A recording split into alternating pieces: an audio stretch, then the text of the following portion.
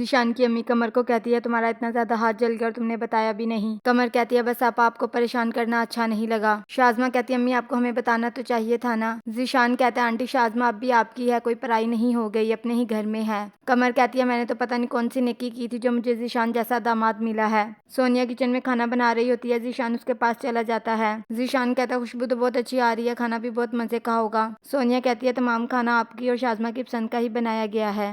دعوت سے واپس آتے ہیں، ذیشان شازمہ کو مناتا ہے کہ میری پہلی شادی ہے، مجھے کوئی اندازہ نہیں ہے، مجھے اپنے درمیان کسی کو بھی نہیں لانا چاہیے تھا، آخری دفعہ مجھے معاف کر دو، اپنا موڈ ٹھیک کر لو۔ ناشتے کی ٹیبل پر سب بیٹھے ہوتے ہیں، شازمہ بتاتی ہے خالہ بھابھی کے ماموں تو بہت پہنچے ہوئے ہیں، وہ پریڈکشن کرتے ہیں، انہوں نے میرا بھی ہاتھ دیکھا، مجھے تو کچھ نہیں بتایا لیکن میرے جانے کے بعد بھابھی کو بتایا کہ میری غلط جگہ پر شادی ہو گئی ہے اور میری دوسری شادی پاکستان سے باہر ہوگی۔ بھابھی اب خاموش کیوں ہیں، جواب دینا۔ امرین پریشان ہو جاتی ہے کہ میں ان باتوں کا کیا جواب دوں۔ ذیشان کی امی ان دونوں کی طرف دیکھتی ہیں کہ یہ دونوں کیا باتیں کر رہی ہیں۔ ذیشان شازمہ کو کہتا ہے تمہیں سب کے درمیان ایسے بات نہیں کرنی چاہیے تھی، تمہاری عزت میں فرق آیا ہے۔ شازمہ کہتی ہے امرین کے ماموں کو ایسی بات نہیں کرنی چاہیے تھی، میں تو پہلے ہی کہتی تھی کہ مجھے یہ خاندان ٹھیک نہیں لگتا۔ سونیا کو دیکھنے کے لیے کچھ لوگ آتے ہیں اور وہ عجیب سے سوال کرتے ہیں۔ ماجد سے پوچھتے ہیں کہ آپ کیا کرتے ہیں؟ ماجد کہتا ہے میں گورنمنٹ جاب کرتا تھا، اب ریٹائرڈ ہو چکا ہوں۔ وہ عورت کہتی ہے سرکاری نوکریوں میں کتنی تنخواہ ہوتی ہے، آپ نے تو کچھ بھی جمع نہیں کیا ہوگا، یہ گھر بھی کرائے کا ہوگا۔ ماجد کہتا ہے آپ لوگ کیسی باتیں کر رہی ہیں، چلی جائیں یہاں سے۔ سلویٰ ماجد کو کہتی ہے آپ نے پوری زندگی کیا بیٹی کو گھر ہی بٹھائے رکھنا ہے؟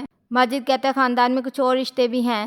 سلویٰ کہتی ہے اب میں کسی پر کوئی امید نہیں لگاؤں گی، آپ کے خاندان میں کسی نے ہماری بیٹی کا رشتہ نہیں لیا۔ ماجد دائم کی طرف اشارہ کرتا ہے۔ سلویٰ کہتی ہے میں نے قمر کو باتوں باتوں میں بہت دفعہ سنایا ہے لیکن وہ انسنی کر دیتی ہیں، جیسے انہیں کسی بات سے کوئی فرق ہی نہیں پڑتا۔ ذیشان شازمہ کو چھوڑنے اس کی امی کی طرف آتا ہے اور پوچھتا ہے کہ میں تمہیں آفس سے واپسی پر لے جاؤں گا۔ شازمہ کہتی ہے کوئی ضرورت نہیں ہے، جب مجھے آنا ہوگا میں خود ٹیکسٹ کر دوں گی آپ کو۔ شازمہ کی ماں کہتی ہے تم اپنے شوہر سے کیسے بات کر رہی ہو، اب وہ تمہارا شوہر ہے۔ شازمہ کہتی ہے انہیں مزاجی خدا بنا دیتے ہیں، پھر یہ انسان بننے کو تیار نہیں ہوتے۔ امرین کی امی کہتی ہے تمہارے ماموں کو ایسے بات نہیں کرنی چاہیے تھی تمہارے سسرال میں۔ امرین بتاتی ہے ماموں تو ہاتھ دیکھنا بھی نہیں چاہتے تھے لیکن شازمہ نے زبردستی دکھوایا تھا، اس میں ماموں کا کوئی قصور نہیں ہے۔ دائم جس لڑکی کو پسند کرتا ہے اس کی کہیں اور شادی ہو رہی ہوتی ہے، وہ دائم کو بتاتی ہے کہ جلدی کچھ کر لو ورنہ میری کہیں اور شادی ہو جائے گی۔